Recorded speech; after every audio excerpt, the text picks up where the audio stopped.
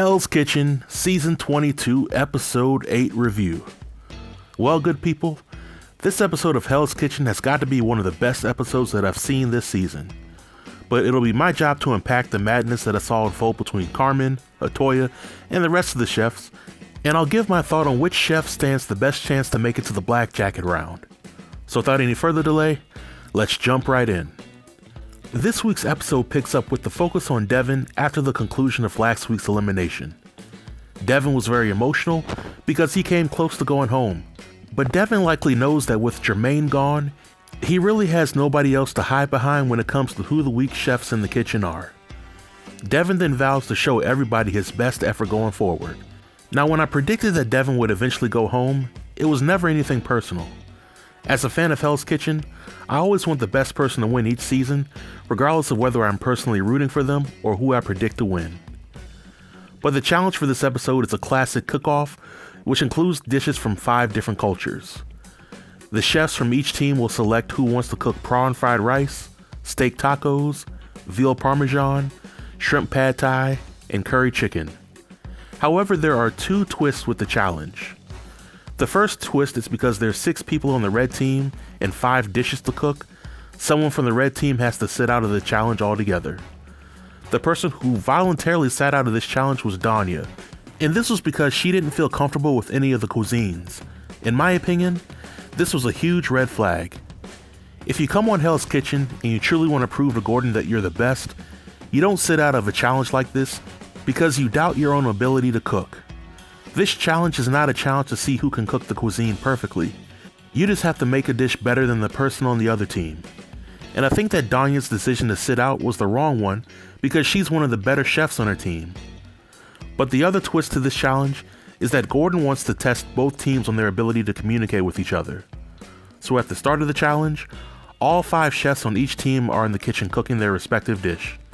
After about 5 minutes or so, one of the chefs from each team have to leave the kitchen and they have to direct the remaining chefs in the kitchen on how to cook their dish.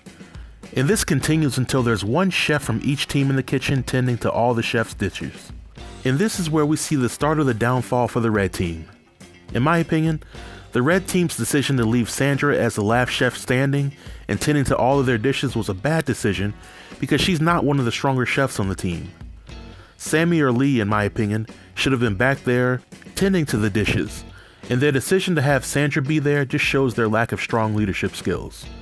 But with Sandra working to tend to their dishes, Carmen confuses Sandra with the instructions that she gave on her dish, and those instructions cause Sandra to sabotage Atoy's dish.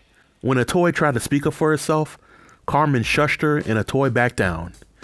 It was because of this that the red team lost the challenge, because Gordon gave the chefs in 3 of the cook-off rounds a point each, and Ryan edged Carmen in the curry chicken battle.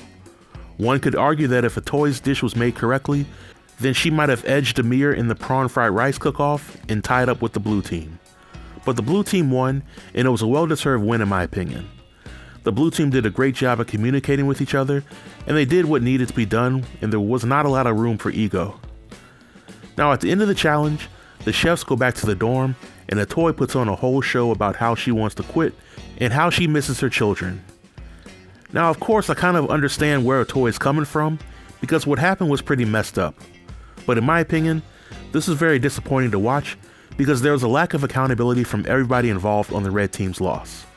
In my opinion, Atoy should have spoke up regardless of how much Carmen may have disliked it. Carmen should have acknowledged that she screwed up Atoy's dish and apologized for it. Lee and Sammy should have also acknowledged that they should have been one of the last chefs in the kitchen. But what really disappointed me about the scene was that nobody from the red team really came to check on Atoy when she was alone. It was Demir that checked in on her and encouraged her to push through the adversity. This scene just lets me know that if Hell's Kitchen ever had a fan favorite chef award, then it should definitely go to Demir because each week he continues to impress me. But Gordon meets with each chef individually for one-on-one advice, and he also wants to see how they would rank the other chefs on their teams from best to worst. Gordon then uses the rankings to determine which of the 4 chefs have to compete for a Cook for Your Life challenge. The chefs that are chosen are Sandra, Atoy, Jason, and Devin.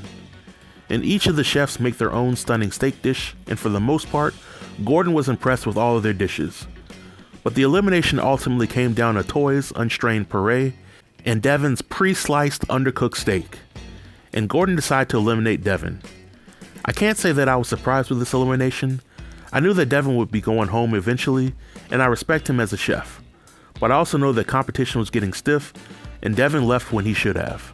Now when it comes to my predictions for the Black Jacket round, I've been getting some comments in my reviews that I need to verbally name each person that I picked for the Black Jacket round. I think this might surprise some of you for this new list, but I think that Sammy, Jonathan, Demir, Lee, and Ryan will be the chefs that make it to the Black Jacket round. I think that Jason will come the closest to the Black Jacket round, and I think he has the best chance of getting a Black Jacket if one of my predictions crashes and burns over the next several episodes. Now I like Danya, but I don't see the leadership skills from her that Gordon is looking for the next head chef. And Carmen, in my opinion, is just working on borrowed time at this point. But this is the end of my review, and I'd like to know what you all think about the episode. Feel free to leave all comments below in the comment section, and I'll be sure to reply to everybody. Until next time, stay tuned and stay safe. Peace.